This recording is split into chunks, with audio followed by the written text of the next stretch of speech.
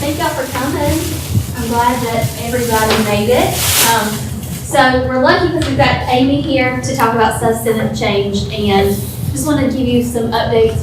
We are in a smart room, even though I'm always in 810 and this is my first time doing it here. We are recording, so the microphones, if you see the blue light up above your head, that means that we are not muted. If you see the red, it means we are. We are live streaming into Pittsburgh and into Harnett, and we'll be recording this session for anybody that couldn't make it today. I'll be putting that up on our Blackboard site. If not tomorrow, it'll be the first of next week. So if anybody wanted to come, they couldn't make it, let them know that it will be available via Blackboard Professional Development Spring 2018 PD series. I'm going to now hand it over to Amy, and I just ask that, if you have questions, wait for her to ask for those, and go ahead and get started. Thanks. So, welcome everyone so much this afternoon with me, talking about substantive change with SACS-COC. If you need to get to the handouts today or in the future, I do have the link to all of our handouts down here at the front of this page. So it's https://tinyurl.com, and then today's date 2/8/18 subchange. So that's for those of you who are listening at your desk or maybe at one of the other campuses. So let's go ahead and get started with talking about recognizing and embracing substantive change. So our plan for today, one, we'll talk about the role of substantive change and how it relates to SACS-COC. Next, we'll talk about your role with substantive change, because this is the most important part of why you're all here. Next, we'll talk a lot about defining subchange, and then last, we will have an activity. Is it substantive change or is it not? At that point, we will break out into small groups and look at 4 different scenarios to try to determine whether or not what we're looking at is subchange. Okay, so our goals for the session. As a result of today's session, you'll be able to do a few things. One, you'll be able to define substantive change and describe its importance. 2, you will be able to identify substantive change types, and there's a lot of different ways that we can divide that out. And then last and most important, you will identify IER if there are any substantive changes. And you're here really today not to become experts on substantive change, but just to get a general idea of what this is being by us about, because we need to stay in compliance with SACS-COC. Next. So speaking of SACS-COC, the entire reason we talk about substantive change is because this is their policy. So SACS-COC is, of course, our regional accreditor, and we just spent a lot of time with them getting reaffirmed for our decennial. We are part of SACS-COC on a voluntary basis, and the reason that we do that is we want to maintain a high standard of excellence for our students in order to help them get where they need to go.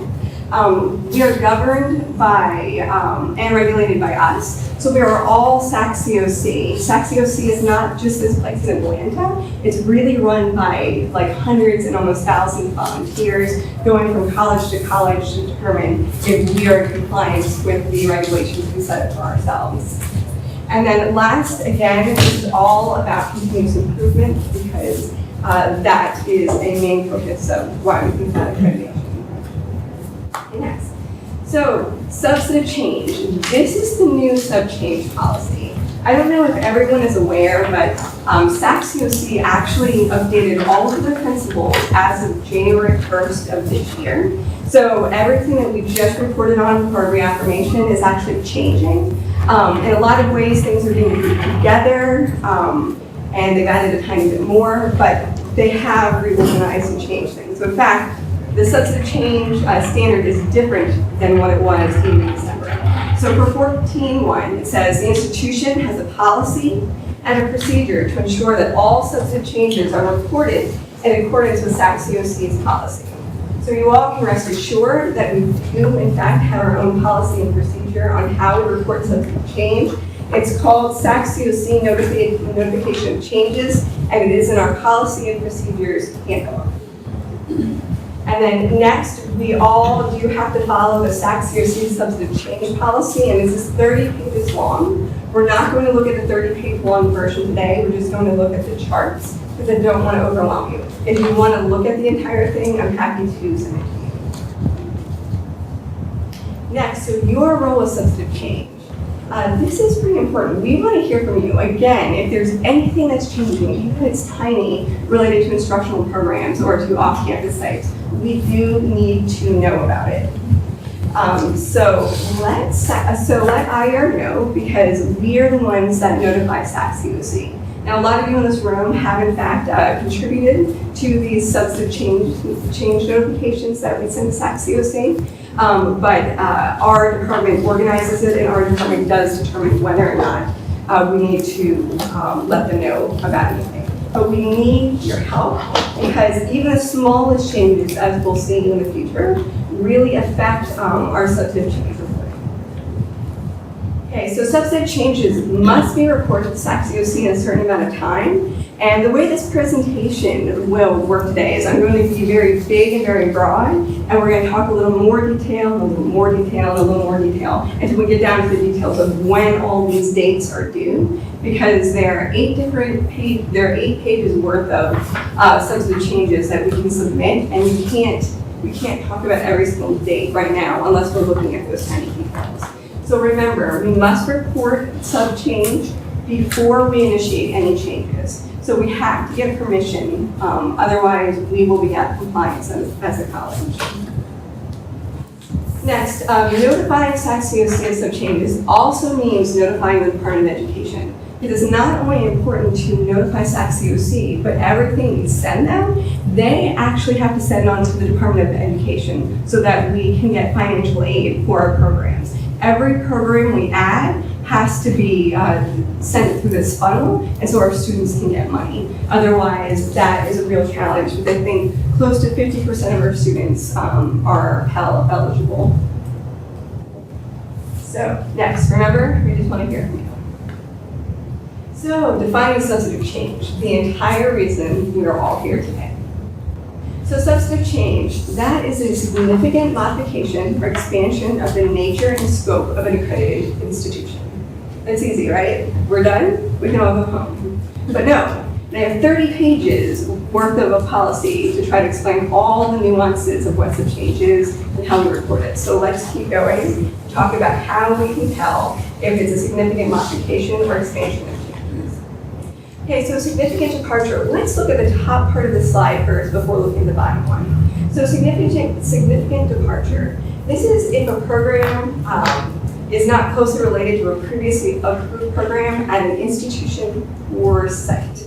Okay, so this is really getting at the meat of determining if something's sub-change, is if it's a significant departure from what we're currently doing right now. And if you look at the bottom of the page, these are the big hurdles that SACS-COC gives to us to know what type of sub-changes there are.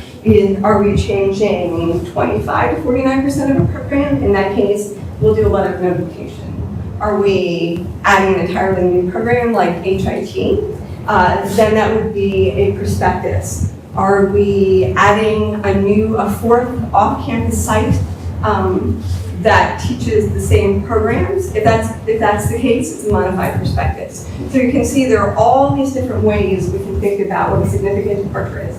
But more than anything else I'm going to say today, these hurdles are the big things I want you to remember, 25% and 50%, because those are the cutoffs for SACS-COC. Next, they give us these great significant departure questions, which are very, very helpful. And they want us to know what previously approved programs do the institution offer that are closely related to the new program, and how are they related? So big question, what are you adding now, and how does that compare to what is already at the college? Are you adding something completely new that the college has never done before? Like if we added an obstetrician, associate's degree, we have no classes in that. We might have gen ed classes, but we don't have obstetrician classes. So that would be a big departure. So then they give us more questions. Will there be a significant need for new equipment or facilities? Will we need more money in order to make this happen? Do we need to add new courses? Do we need to add new faculty members?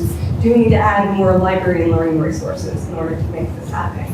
And the more of these that you check off and say yes to, then it's going to be a significant departure. Okay, so recognizing substantive change in even more detail than just the big picture. Okay, so common types of substantive changes. The first really big one is if we're changing our programs. So if we're adding new programs, so if we're adding a certificate, if we're adding a diploma, if we're adding an associate's degree, these are program changes. So that can look like altering the length of a program. So that means that 25% mark that we saw before, that big hurdle we were talking about, 25% is the first place where we have to notify the SAC-COC. Although, even though I said 25% is where we have to notify for SAC-COC, there are some cases where even if we are adding something and it's less than 25%, we still have to tell the Department of Education. And so that's why we're doing these sessions to try to say, hey, this is really complicated, and send it to us and we'll figure it out to determine who needs to know what and what they need to know. So that's the first one, program change. The next one is an addition of new courses or programs that are significantly different from our current course or program offerings. That also includes the content and location. So we could have a program that we're teaching here at the Lehman campus, but then we decide to introduce this program at a non-approved off-campus site. And so that's an introduction of the new courses or programs there. Amy, is this just for curriculum or is this for continuing education as well? It is for curriculum. Only curriculum? Only. Okay.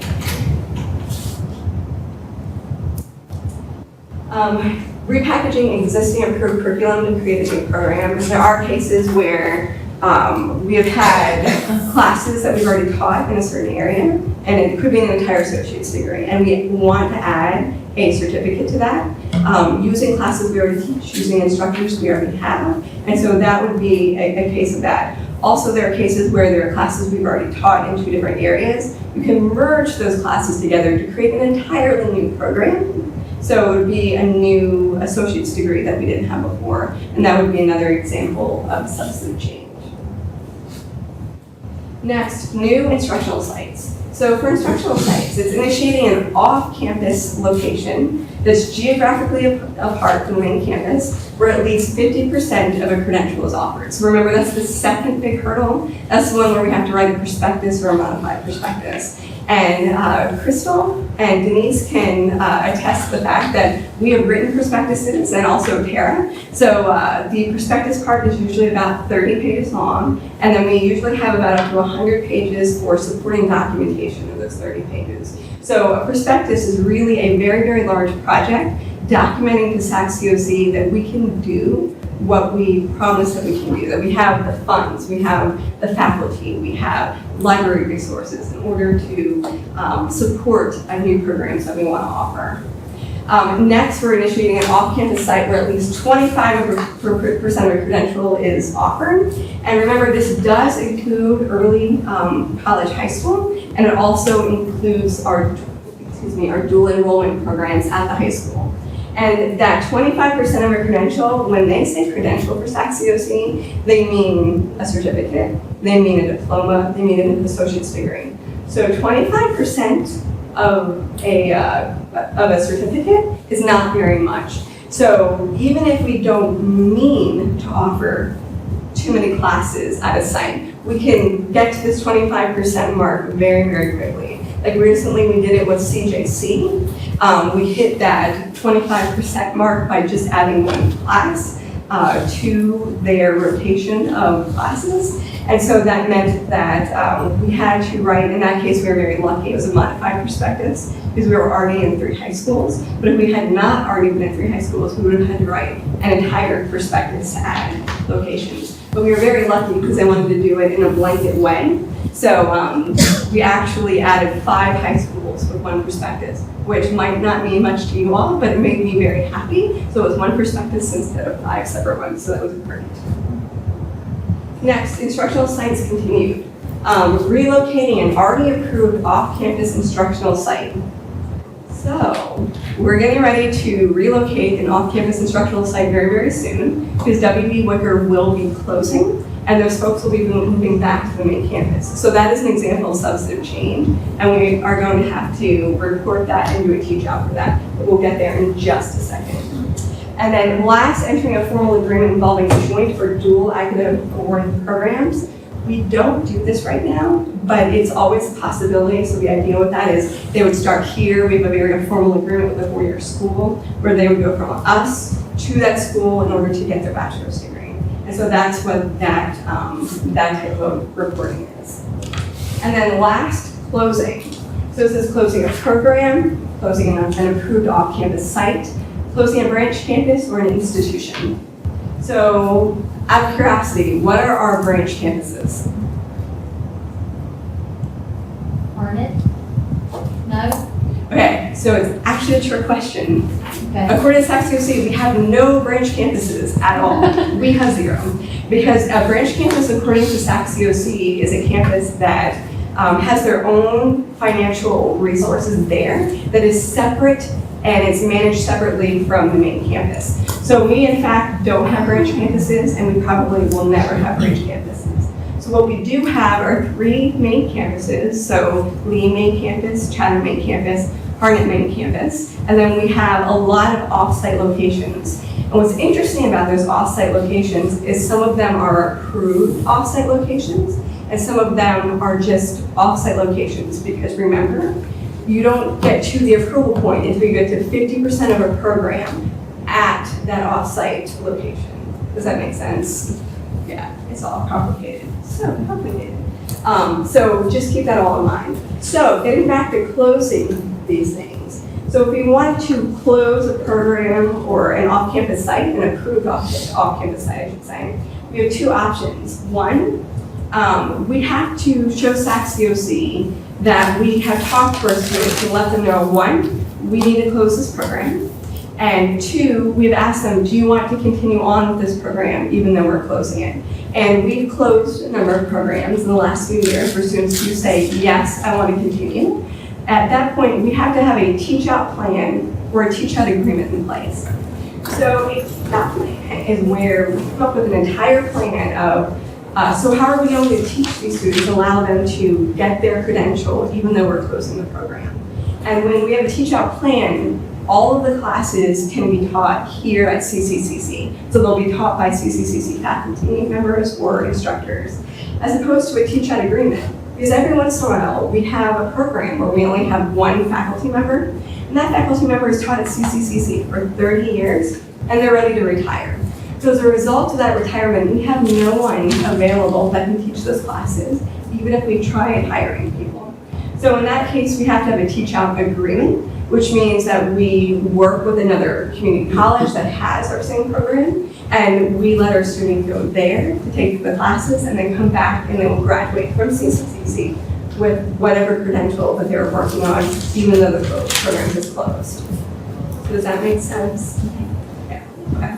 And remember, we do have to get approval for our teach-out plan or our teach-out agreement before we implement it. We're not allowed to close the program until SACS-COC says, yes, you have a good plan in place for the students that do want to continue and finish this credential.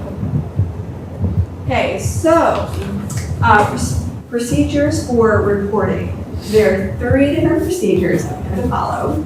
And we've talked about them a little bit, but here I feel like they're laid out on a chart that's a little bit easier to digest. So procedure 1, again, if you hit that 50% hurdle, you have to do procedure 1 reporting, which again requires approval prior to implementation. So this is usually opening new programs or opening a new site. And that could include the full prospectus. So again, that's 30 pages plus 100. Modified prospectus, probably 15 to 20 pages plus 100. And then sometimes they want a letter of notification with this, sometimes they don't. And we'll look at all the details in just a minute on the handouts that you all have in front of you. And then last, we do need that approval letter from SACS-COC before we're allowed to open a program or to add sites.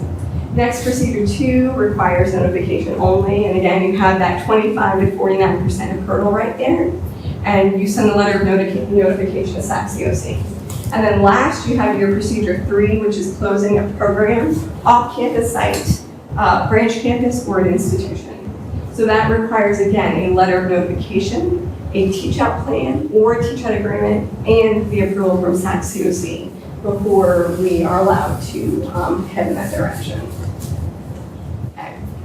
So this is a big change, and this is like, I don't, yes, Susan? Sorry to interrupt. So the Center for Academic Excellence, Yes. it evolved from Center for Teaching and Learning. So we would fall into Oh, this is a really good question. 25% or less, I hope.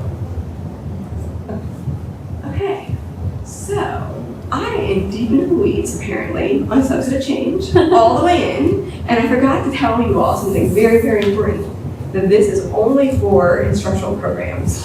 So it's the programs that we add, so like the programs that students can graduate from, and not even continuing education.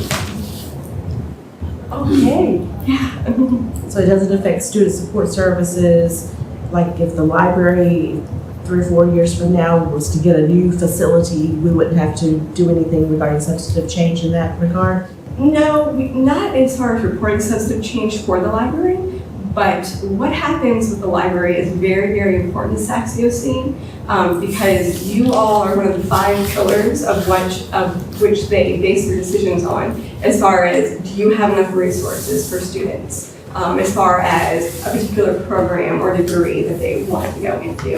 And more we're seeing, I feel like we're seeing anyway, that is like online information, but it's still, you have, there's such a variety of information that you can have in the library. So yes, we wouldn't report substantive change if we change something for the library, but what you do directly affects just about every letter that we send as far as opening a new program. Yeah. And if you think about it going way, way back from before we had computers and everything, if you didn't have a library with really good resources, you had nothing to support your students. And still, like, you need, your online resources and your print resources from the library. But they literally, if you didn't have the information at your academic library or your public library, where are your students getting their knowledge from? It's very hard. So it is a holdover from that, although it is still really, really important. So we're just focused on outcomes in terms of what outcomes and goals and so forth. Yes, we're definitely focused on outcomes for instructional programs, so certificate, diplomas, associate degrees. I meant for the center, we would just be looking at our outcomes, right? Yes. Not, Yeah. Thank you. That was a really good question. oh, good, I didn't know that. Yeah, it's so confusing. Okay. I think we should change the session to demystifying substantive change. Okay. Next, this is this giant change that I was talking about that is huge, and we just found out on Friday. And it's going to make our lives very, very interesting when they were already interesting before an IR. So that is, if a program or credential, so even a certificate, is closing at one site and one site only, we must now follow those procedure 3 closing procedure, which means we send a teach-out agreement, we send a letter of notification to SACSEOC, and they approve it before we're allowed to change it. Now, if you read the policy, it doesn't really seem like it says that, but we talked to the SACSEOC vice president on Friday, and they said, no, this is what it says, and we are in the process of updating it. So on July 1st, it may or may not explicitly say this in the future, but that's what he's saying that we have to follow now. So what this means for us is, when we close WB Wicker and we close, that site, we have to do a teach-out agreement and a teach-out plan to show how we are supporting all of those students that are moving probably 3 or 4 miles, onto the Lehman campus. And it has to be approved by SACSEOC before we're allowed to do that, which means we need to get some writing done very, very soon, because we found this out on Friday.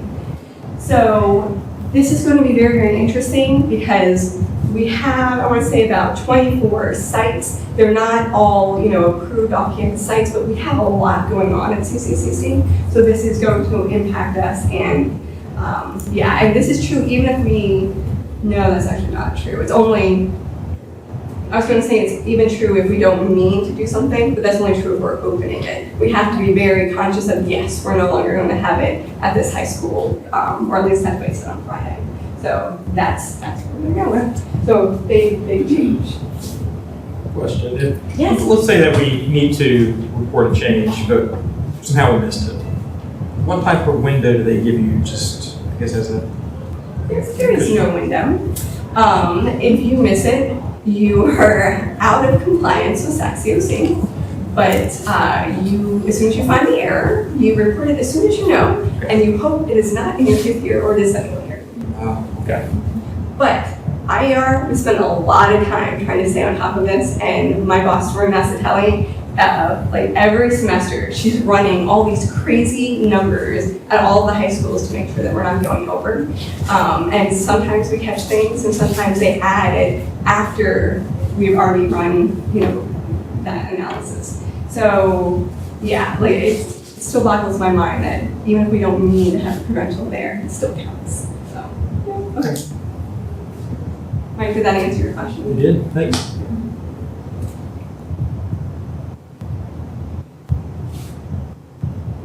Okay, so let's look at our handout.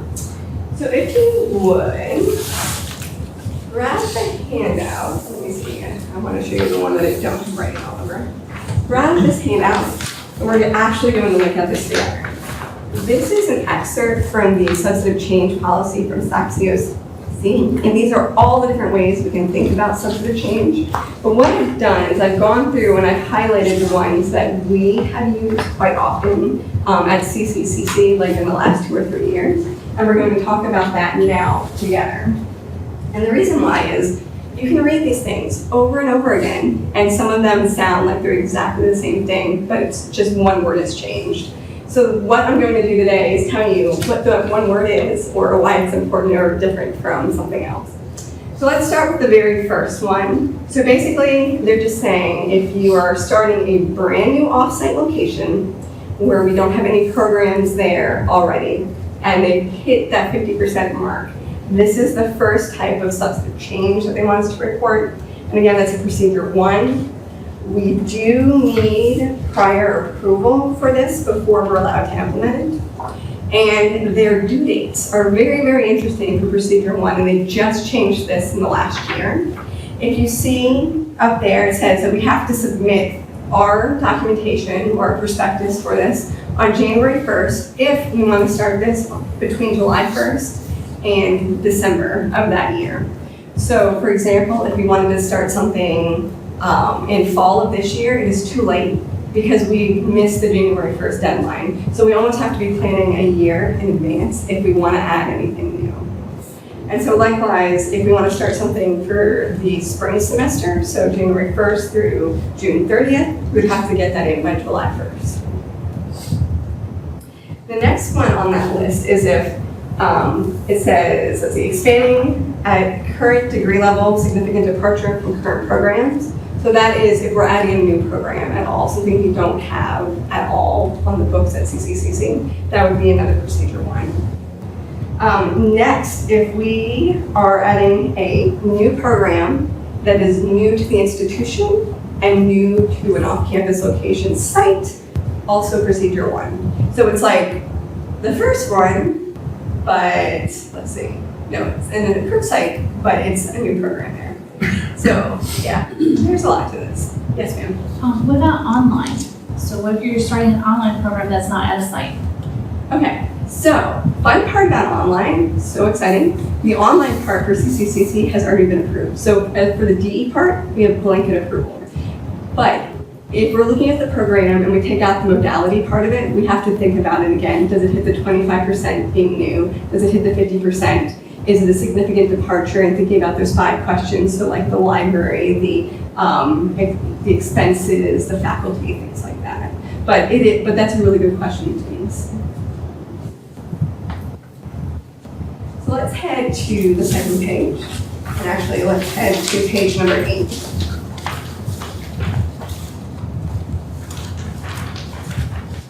So the next one you'll see highlighted there is moving an off-campus instructional site serving the same geographic area, and that's a procedure 2. You'll notice that we do need approval before we move this site somewhere else. So that's the case for W.E. Wicker. We need to send them a letter of notification with the old address, the new address, and the implementation date. From there, we have that initiating dual or joint degrees with other SACS-COC accredited institutions. If we decided to do this with non-SACS-EOC accredited institutions, that requires a lot more effort and a lot more documentation, and that would turn back into a procedure one. But if it's something where it's already another approved SACS-EOC institution, it's just, let's see, we follow the policy and we have to do that 6 months in advance. They have to accept the notification, a copy of the signed agreement between both schools, contact information for institution, and then when I see policy, there's like, we'll look through that and see all the red tape we have to do to make that happen. So next on page 9. So this first one is if the off-campus site is new and it's between 25% and 49% of a credential is offered there. So in this case, this is only notification. We do need to notify SACS-EOC before we open it, and that includes the street address and implementation date. Next on that list that's highlighted, that's closing a program, approved off-campus site, branch campus, or institution where the college plans to teach out its own students. So again, this is the teach out plan as opposed to a teach out agreement. That follows procedure 3. We do need to notify them before we implement it. We do have to get approval before we implement it. And then the teach out plan is usually about 2 pages long with a letter of notification. And then again, the next one is if someone else teaches out for us. And then last on the next page, these are all examples of where SACS-EOC says we don't have to get official SACS-EOC notification to them for any changes. So, for example, if we have a high school site that we've not gotten approved in the past, and we're just adding 1 3-hour class to it, maybe that 3-hour class falls into one of the certificates, that would be less than the 25%. So we don't actually have to send them a notification letter, and we don't actually have to send them a prospectus to get it approved. However, there are some cases where we still have to notify the Department of Education. So these are like DOE FYIs. So even if you think it's not substantive change and it's on this page, still let us know, because most likely someone needs to know, even if it's not SACS-EOC. So I feel like there's a lot going on in this document. Do you guys have any questions about this chart? I got a question. So say that you had a program that never really started, but you had started accepting students, but you never held the first class. No. We cannot do any of that. We would get in so much trouble from SACS-EOC. We cannot let students take classes in a program that's not approved by them. No. Okay. They had not taken the class, but they had registered. Nope, they can't even register because we can't even offer the program until SACS-EOC approves it, like at all. So what happened, okay, like wasn't it just our therapy that we had and the program closed, but the students hadn't actually taken their first course yet? Okay, so that one's a weirder one, because what happened with that is PTA was approved by SACS-EOC, so if we're in SACS, yes, we could open. The problem was PTA's accrediting body, they have their own set of accrediting rules that are even more stringent than ours. And when they went through, I think it was a credentials issue, maybe, and so like that didn't work out. And so as a result of the second accrediting body, that made it so we weren't allowed to open it. And so that was a very unusual situation. But what happened to those students? That's my question. If you have this teach out plan, was there those students that had thought that they were going to come here to get this PTA? Wait. Okay, so that is a really good, interesting question, and it happened a few months before I joined IVR, so I don't officially know what we did, but we would have followed all the guidelines. I know what we did. Okay. We had to find seats for all those students in other programs at another college. That was But part of not our- in the PTA program. Correct. Our PTA program was closed, but we had to contact other PTA programs and find somebody that would take those students. That was part of our teach out, if you will. Good. But yeah, we couldn't leave them hanging. We had to find them seats somewhere else. So the other community colleges had to absorb them. Absorb them. That's good. Okay. Thank you. Very good question. Very interesting question. Okay, so do you guys feel like you're good on substantive change? Ready to do a little bit of an activity? This first one we will all do together. I'll ask you, is it substantive change or not? And you can report back. So, CCCC will offer one class, which is 6 credit hours, of an existing certificate at a local high school where we do not currently offer other programs. Oh, and the one that Kelly is passing out right now, that's for the group activity we'll do Oh, I was about to say, that doesn't look like what I'm reading. But actually, you can use the answers for that one to help answer this one. So, is it a prospectus? Is it a modified prospectus? Is it a letter of notification? Is it a letter of notification with a teach-out plan, or not a substantive change?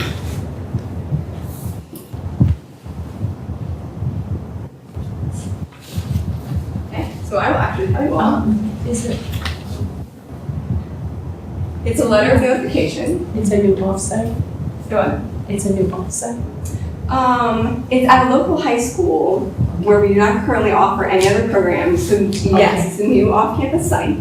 And the big thing is the percentages with this. So the ratio is, well, it's 35% of the programs available, so 6 of the 17. So that falls into the 25 to 49% one. So this one would be a notification because it's an already approved credential, because we already offer it at CCCC at a new off-campus location. Okay. So let's look at the next one. Yeah, and yeah, the notification is to be sent prior to the 25% point.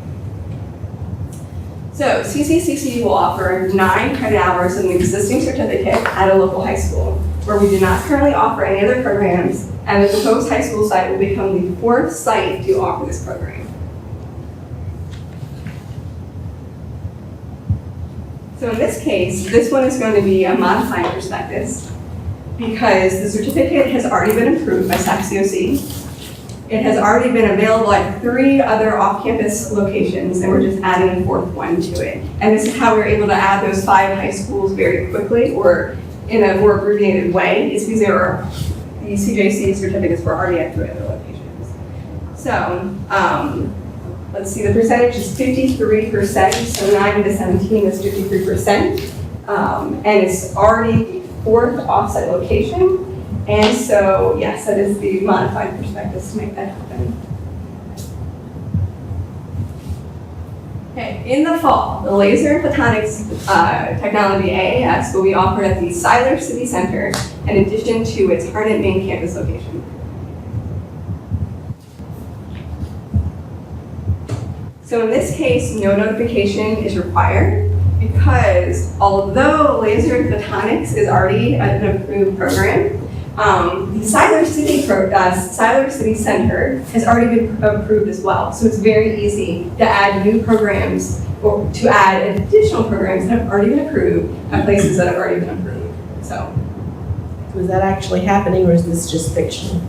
Oh, no, this happens. This happens a lot, actually. I mean, is City. the laser and photonics program going to be moving to, or have No, that part is definitely fictional. Okay, that's what I was asking. Yes. Just wanted to make sure, so I don't have to try and plan for resources out there. I like it. I appreciate it. You guys are so on top of it. Okay, so now we're going to do a group activity, and if you would, we can get in groups together and answer the questions, these 4 questions. I made these easier than the ones we just did together, but it's just good practice. Maybe those were hard.